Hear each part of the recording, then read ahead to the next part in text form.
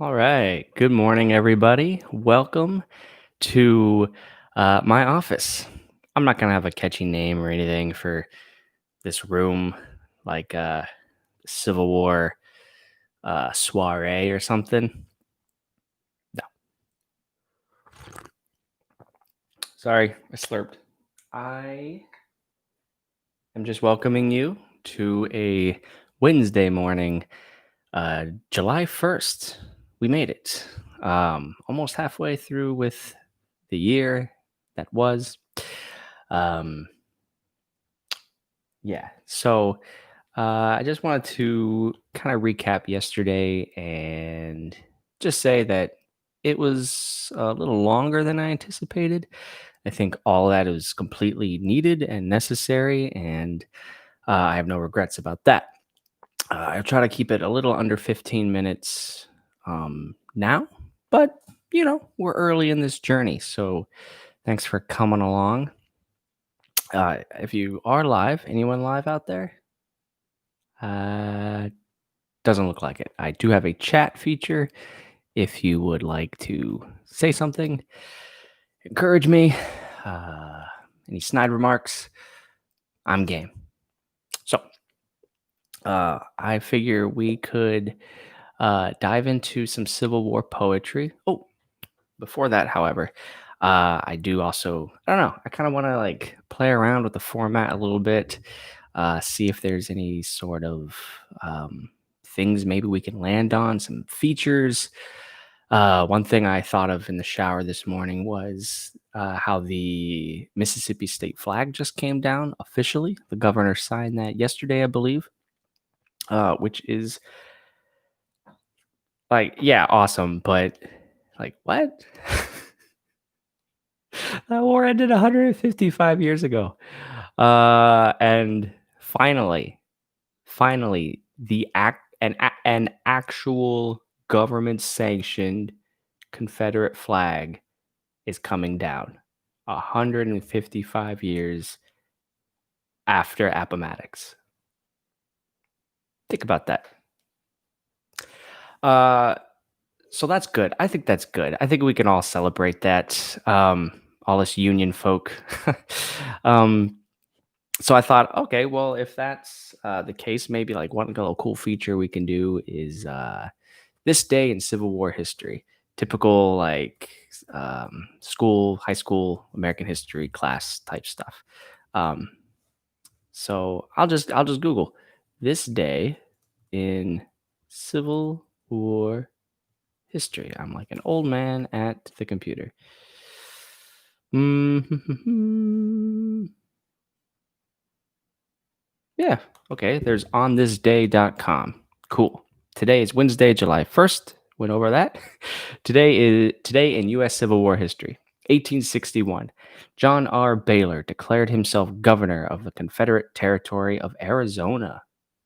Lest we forget that the Confederacy did lay claim to all of the Western territories. There were a few skirmishes.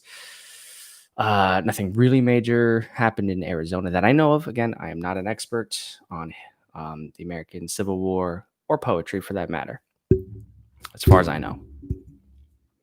1862, Robert E. Lee assaulted George B. McClellan's army at Malvern Hill. This was the last of the 7 days battles. Gotta be honest, I know those names, don't really know what that was about, the fighting. Aha, ha, ha. Here's something we may all know.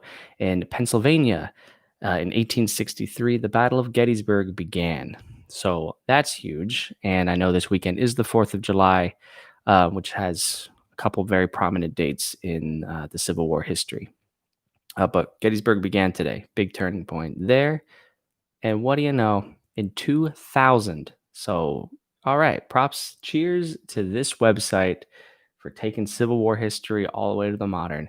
In 2000, the Confederate flag was removed from atop South Carolina's State House. In 2000. And now in 2020, it's coming down in Mississippi.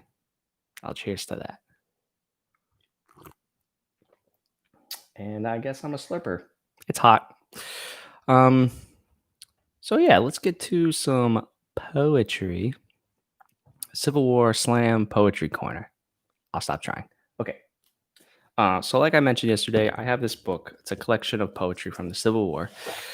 I got it for Christmas a few years ago. Never cracked it open, but I thought this was a really good format and excuse to do that.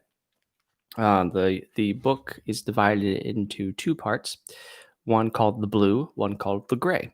So I'll read two poems, at least two poems a day. One will be from the Union point of view, and one will be from a Confederate point of view, just to like gauge what people were doing then at the time, how they were feeling about the war, and their society basically collapsing around them. Maybe we can draw parallels today. Who knows? Before I do that, I did want to just kind of highlight the authors a little bit. Um, there are some really short biographies in the back of this book, and yesterday we highlighted a poem by John Greenleaf Whittier. I hadn't heard of him before, but I thought I would read his bio here. And this book is great. I mean, there are a lot of people I've never heard of, but there are some like Emily Dickinson and Walt Whitman, Henry Wadsworth Longfellow, Herman Melville. But I'm looking for Whittier. Okay. 1807, 1892. Was born in Haverhill, Massachusetts. He received little in the way of formal education, yet made his literary debut at the age of 19. Good for him. Whittier's first book, Legends of New England, was published in 1831. A dedicated abolitionist, he entered politics and promoted the cause through his editorship of a number of influential periodicals. Whittier turned from politics after the Civil War and dedicated himself completely to poetry. His fame increased greatly with the publication of Snowbound in 1866, a long narrative poem. In his time, Whittier was considered one of the great American poets, second only to Henry Wadsworth Longfellow. After his death, several states declared holidays on his birthday? What? Come on, John Greenleaf Whittier. Whittier. Good for you, buddy. I'm sorry, no, I haven't heard of you at least. Also, if there are any poetry buffs out there or English teachers, please get involved. There might be someone here in the chat. I don't know. Speak up if you're out there. The second author we read yesterday was a lady named Jane. Her first name was Jane. And her second name was... Can't find it. La, la, la, la, la, la, la, la. I gotta get bookmarks moving on. See, we're all rolling with it. This is all new to me. Books are new to me. Computers are new to me. Jane T.H. Cross. Oh, and our viewer just left, so lost him on that one. Anyways, Jane T.H. Cross. Now that I know her last name, I can find her. Okie dokie. Real short bio. Was an educator who operated a school in Nashville. She was a prolific writer of Confederate poetry and was the author of at least two works of fiction, the Civil War novella David Adair, 1864, and Azeel, 1868. Well, she was no John Greenleaf Whittier. That's all I have to say about that. Okay. So today's poems, the blue one is called Brother Jonathan's Lament for Sister Caroline. This was from March 25th, 1861. And this is by a fellow we might know named Oliver Wendell Holmes Sr. I'll go ahead and read it and read his bio after. She is gone. She has left us in passion and pride, our stormy-browed sister so long at our side. She has torn her own star from our firmament's glow and turned on her brother to face the foe. O Caroline, Caroline, child of the sun, we can never forget that our hearts have been one, our foreheads both sprinkled in liberty's name from the fountain of blood with the finger of flame.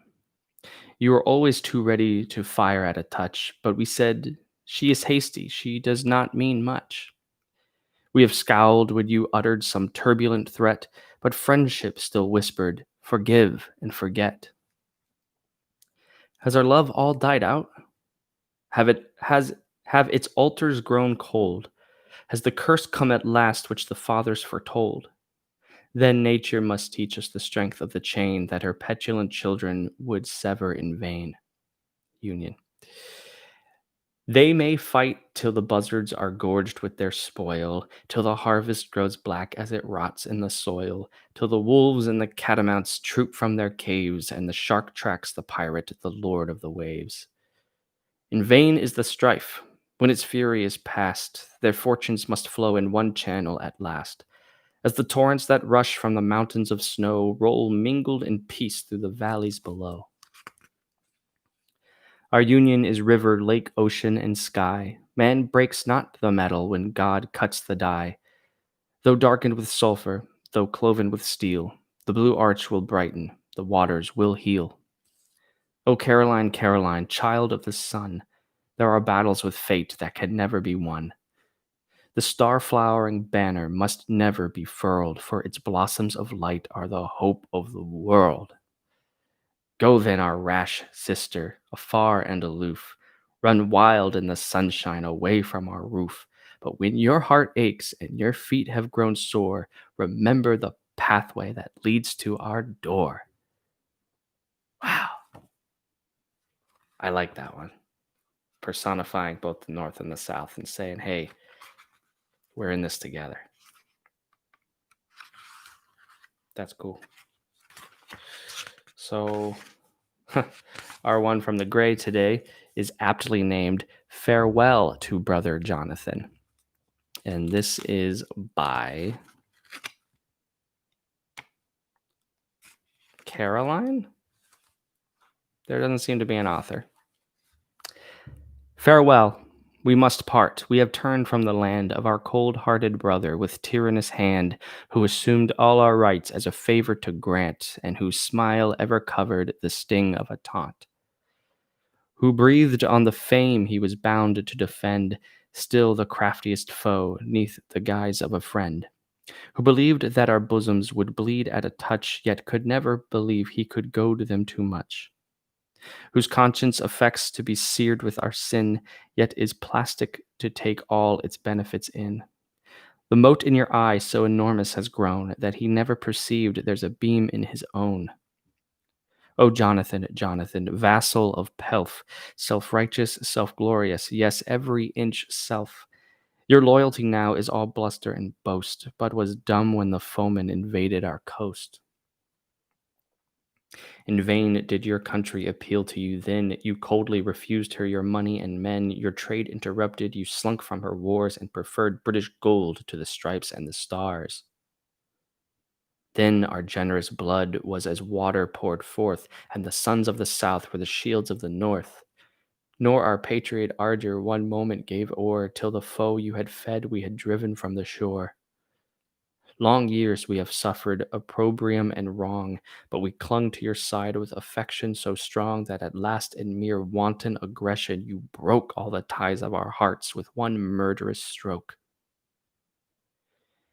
We are tired of contest for what is our own. We are sick of a strife that can never be done. Thus our love has dried out, and its altars are dark. Not Prometheus' self could rekindle the spark. O Jonathan, Jonathan, deadly the sin of your tigerish thirst for the blood of your kin, and shameful the spirit that gloats over wives and maidens despoiled of their honor and lives. Your palaces rise from the fruits of our toil. Your millions are fed with the wealth of our soil. The balm of our air brings the health to your cheek, and our hearts are aglow with the welcome we speak. O brother, beware how you seek us again, lest you brand on your forehead the signet of Cain, that blood and that crime on your conscience must sit. We may fall, we may perish, but never submit. The pathway that leads to the Pharisee's door we remember, indeed, but we tread it no more, preferring to turn with the publican's faith to the path through the valley and shadow of death.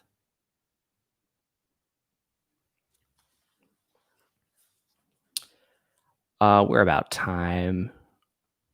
Uh, I mean, God, there's so much to talk about, right? Yeah, I think the North's was so conciliatory and like, no, why are you doing this? If you do this, you're gonna drag us both down. But that Southern one was, you have taken advantage of us. You have let our people die. You profit from our slavery, our the the toil. That was a very angry poem. So that's Tuesday morning, July the 1st, 2020. Confederate flags are falling. Thanks, everyone. I'll see you tomorrow. We'll go over who those authors were, find out what happened, how Gettysburg's getting on, and read some more poetry. All right, take care.